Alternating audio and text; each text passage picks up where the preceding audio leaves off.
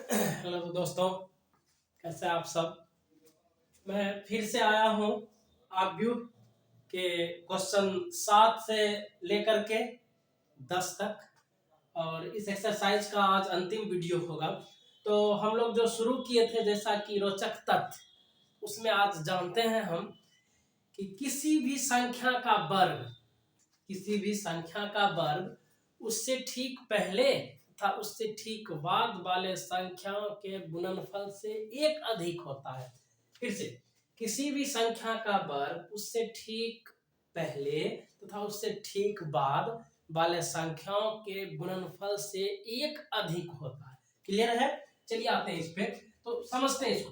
जैसे 2 स्क्वायर 4, तो 2 से पहले, इससे ठीक पहले एक, इससे ठीक बाद 2 1 3, और एक अधिक होता है बराबर 4।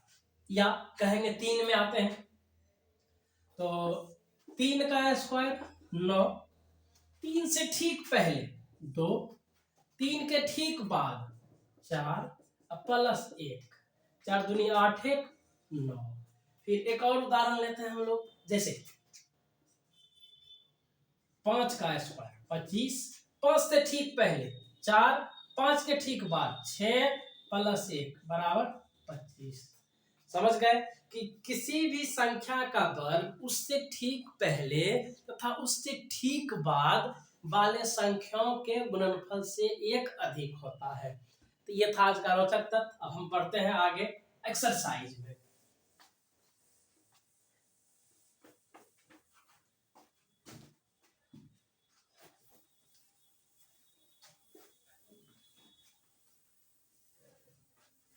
चलिए, तो क्वेश्चन क्या है।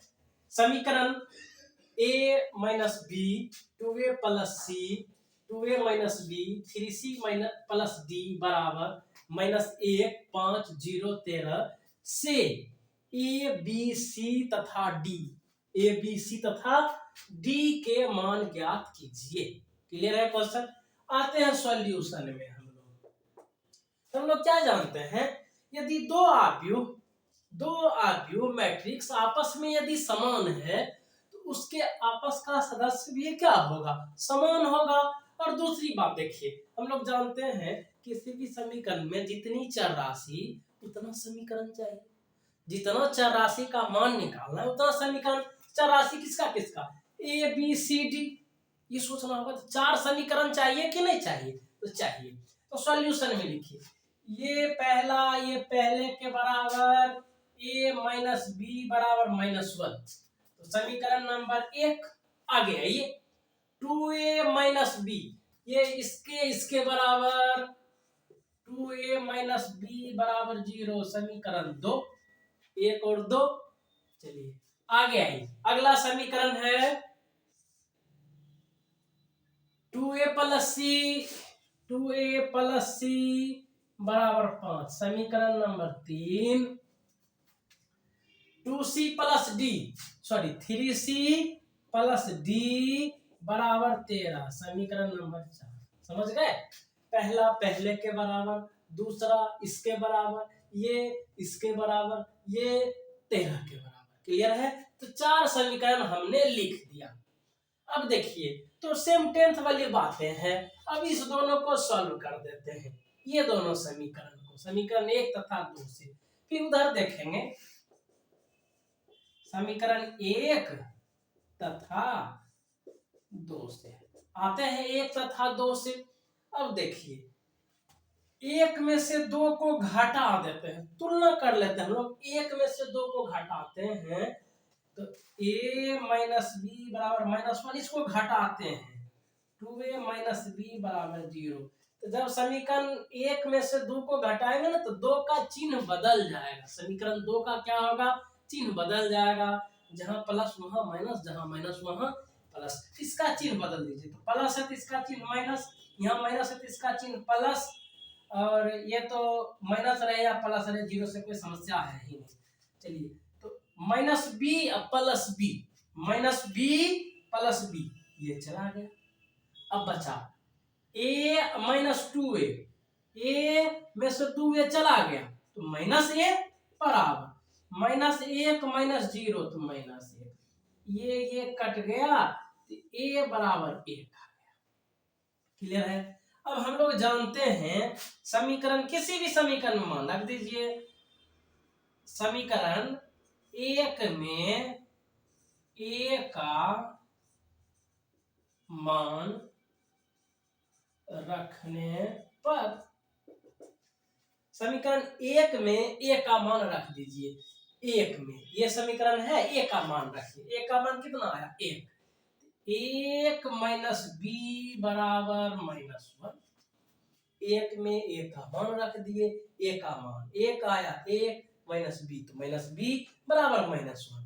अब हमको बी चाहिए ना, तो बी को ट्रांसफर कर दीजिए, तो बी को ट्रांसफर कर देते हैं, इधर बच गया 1, माइनस इधर आकर के +1, ये बी माइनस में उधर जाकर के प्लस में बी, तो चलिए बी बराबर कितना आ गया 1 + 1 बराबर 2, ये तो बी का वैल्यू आ गया।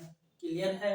अब क्या करना है कि ए का आ गया वैल्यू, बी का आ गया, अब सी का निकालना है। सी का निकालने के लिए हमको ए पता है, ए का वैल्यू यहाँ रख देंगे, है ना। तो लिखिए अगला समीकरण 3 में ए का मान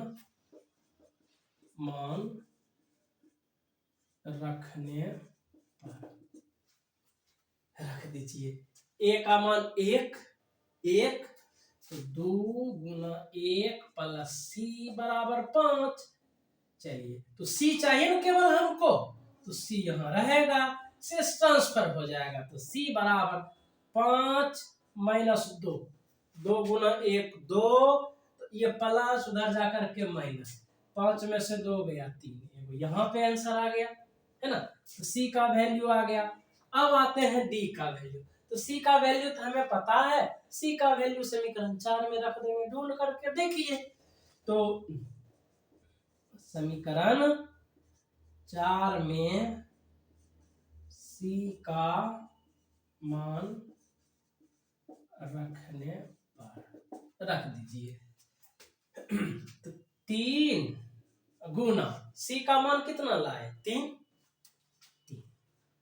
प्लस डी बराबर 13, तो डी बराबर 3 × 9, 3 × 3 9, ये प्लस उधर जाकर के माइनस, ये प्लस उधर जाकर के माइनस हो जाएगा, तो 13 - 9 बराबर कितना 4। इसीलिए ए बराबर कितना लाए, ए का वैल्यू लाए कितना 1, बी बराबर कितना लाए 2, ये बी का वैल्यू 2, सी का वैल्यू ढूंढिए, सी का वैल्यू कितना लाए 3, डी का वैल्यू कितना लाए, डी का 4।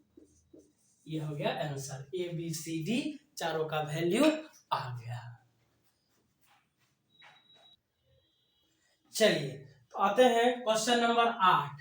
तो क्वेश्चन नंबर 8 कहता है ए बराबर ए आई जे आई रो जे कॉलम, तो उससे तो कोई मतलब नहीं, ये एलिमेंट है, m × n ये ऑर्डर है, m × n एक वर्ग आव्यूह है। कौन सा आव्यूह है, वर्ग आव्यूह। याद कीजिए वर्ग आव्यूह का परिभाषा होता है वैसा आव्यूह जिसके रो तथा कॉलम की संख्या समान हो। वर्ग आव्यूह किसको कहते हैं, जिसके रो तथा कॉलम की संख्या समान हो, उसको क्या कहते हैं हम लोग, वर्ग आव्यूह। तो देखिए, तो रो m रो की संख्या, n कॉलम की संख्या, m रो की संख्या और n कॉलम की संख्या, तो m n जब बराबर होगा तब न वो वर्ग आव्यूह होगा, तो m बराबर n, ऑप्शन नंबर सी वर्ग आव्यूह होने के लिए।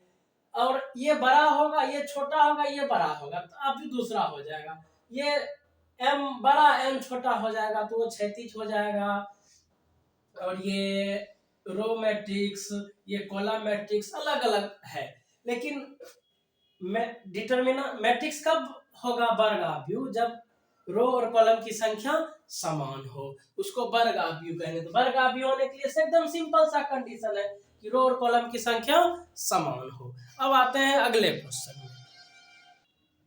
चलिए आते हैं क्वेश्चन नंबर 9 है, क्वेश्चन 9 क्या कहता है, x तथा y के प्रदत्त किन मानों के लिए आव्यूह के निम्नलिखित युग्म समान है। x तथा y के किन मानों के लिए कौन सा मान x y पे रखेंगे, इतना बराबर इतना हो जाएगा, अर्थात x तथा y का वैल्यू हमको प्राप्त करना है। तो लिखते हैं सॉल्यूशन, देखेंगे तब ऑप्शन में कौन सा होगा। चलिए सॉल्यूशन में 3x प्लस 7 बराबर 0, समीकरण नंबर 1। हमको दो समीकरण चाहिए, कितना समीकरण चाहिए, दो। तो पहला एलिमेंट इस पहले के बराबर होगा, तो है ही बराबर लिखा हुआ है समीकरण में। और दूसरा यहां से आइए, y-2 बराबर 5, समीकरण नंबर 2 है ना। यहाँ पे आइए, y+1 बराबर 8, यहाँ पे आइए समीकरण नंबर 3। तीनों को एकदम यूज करना है हमको। यहाँ पे आइए 2 - 3x बराबर 4, समीकरण नंबर 4। तो सबसे बड़ी बात है कि यहाँ दो ठो चर राशि है, तो समीकरण होना चाहिए दो, लेकिन चलिए 4 भी आ गया तो दो दो करके हम मान निकालते हैं। तो रैखिक समीकरण है तो x का भी एक वैल्यू, रैखिक समीकरण का मतलब क्या, x का भी एक मान y का भी मान एक, x का भी वैल्यू एक आएगा y का भी वैल्यू आएगा।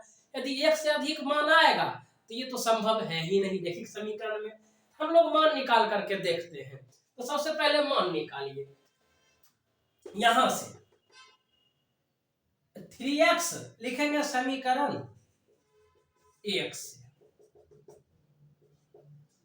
3x प्लस 7 बराबर 0, 3x बराबर -7, x बराबर -7/3, गुना का उल्टा भाग, प्लस उधर जाकर के माइनस, ये गुना आ गया भाग में, x का एक वैल्यू यहाँ आ गया है ना। अब निकालते हैं कौन समीकरण से, समीकरण 2 से आइए, सिंपली सॉल्व करने से ही आ रहा है। 2 से आइए, तो 2 में है y-2 बराबर 5, y बराबर 5 माइनस हो जाकर के +2 बराबर 7, y का एक वैल्यू आ गया, क्लियर है। x का भी एक वैल्यू, y का भी एक ही वैल्यू होना चाहिए, क्यों, क्योंकि रैखिक समीकरण है। रैखिक समीकरण में x का भी एक वैल्यू, y का भी एक वैल्यू, आप लोग 10th से पढ़ के आइए सब बात को।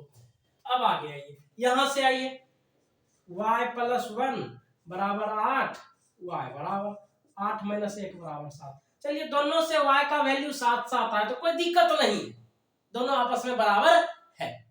अब यहां पे आइए, इससे भी निकालिए, यहां से आइए, ये कौन सा समीकरण था, समीकरण 3 से। अब आइए समीकरण 4 से, समीकरण कौन से, 4 से। तो 4 में देखिए क्या है, समीकरण 4 में 2 - 3x बराबर 4, ट्रांसफर कर दीजिए, तो 2 - 4 बराबर 3x, इसको इधर ले आए माइनस में, इसको उधर, कहे कि x पॉजिटिव होगा तब तो मान निकलेगा, तो x को हमेशा पॉजिटिव करना पड़ेगा, है ना। तो जो चर राशि है, जो राशियां है, ये कुछ भी हो सकता है, लेकिन x को पॉजिटिव करना था। तो चलिए, तो -2 बराबर 3x, x बराबर -2/3। अब देखिए x, एक x का ये वैल्यू, तो रैखिक समीकरण है, x का भी एक ही मान आना चाहिए, y का भी एक ही मान। जिस प्रकार देखिए y का या इससे भी 7 आया और समीकरण 2 से भी 7 आया, समीकरण 2 से भी 7 आया और समीकरण 3 से भी, इसमें तो कोई दिक्कत ना है, तो y बराबर 7 है। लेकिन x का एक वैल्यू आया -7/3 और एक y x का एक वैल्यू आया -2/3, लेकिन रूल क्या कहता है, x का एक ही वैल्यू होना चाहिए, रैखिक समीकरण है, दो अलग अलग वैल्यू हो नहीं सकता है, इसीलिए मान संभव नहीं है, इसका मान निकालना संभव है ही नहीं। तो देखिए ऑप्शन में आइए, ऑप्शन में, इस क्वेश्चन के ऑप्शन में ए में है, ऑप्शन नंबर ए में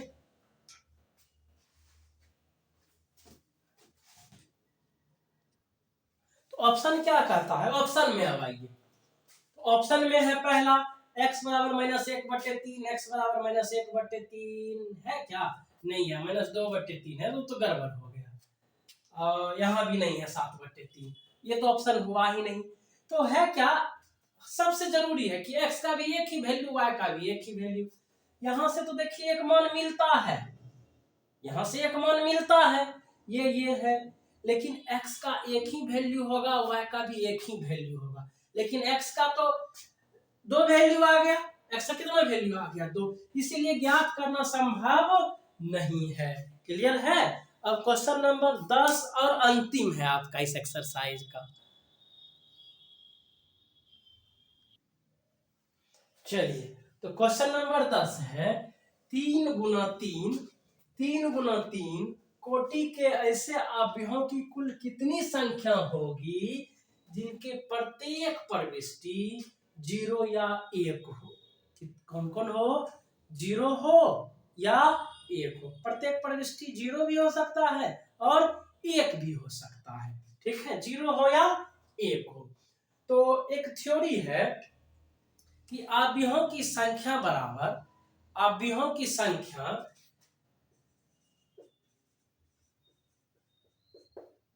अवयवों की संख्या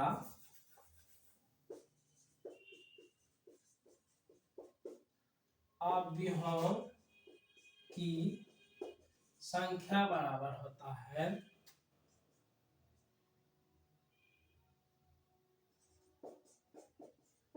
प्रविष्टियों की संख्या पर पावर कोटि। क्या होता है? प्रविष्टियों की संख्या पर पावर कोटि। क्लियर है?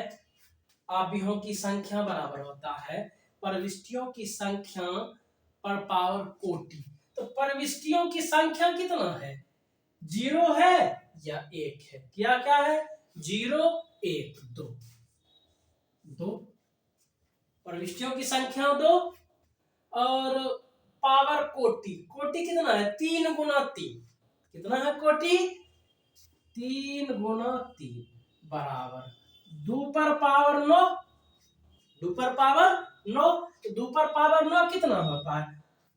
2 पर पावर 9, 2 दूनी 4 दूनी 8 दूनी 16 दूनी 32 दूनी 64 दूनी 128, 128 दूनी 256, 256 दूनी 512।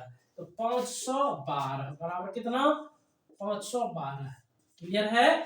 तो अवयवों की संख्या बराबर होता है प्रविष्टियों की संख्या पर पावर कोटि। प्रविष्टि 2 ठो है तो 2 पर पावर कोटि 3 ठो रहेगा, 3 पर पावर 9 कितना होगा आप समझ सकते हैं। क्लियर है?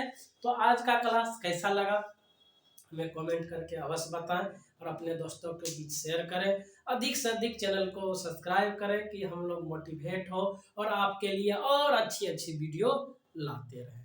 धन्यवाद।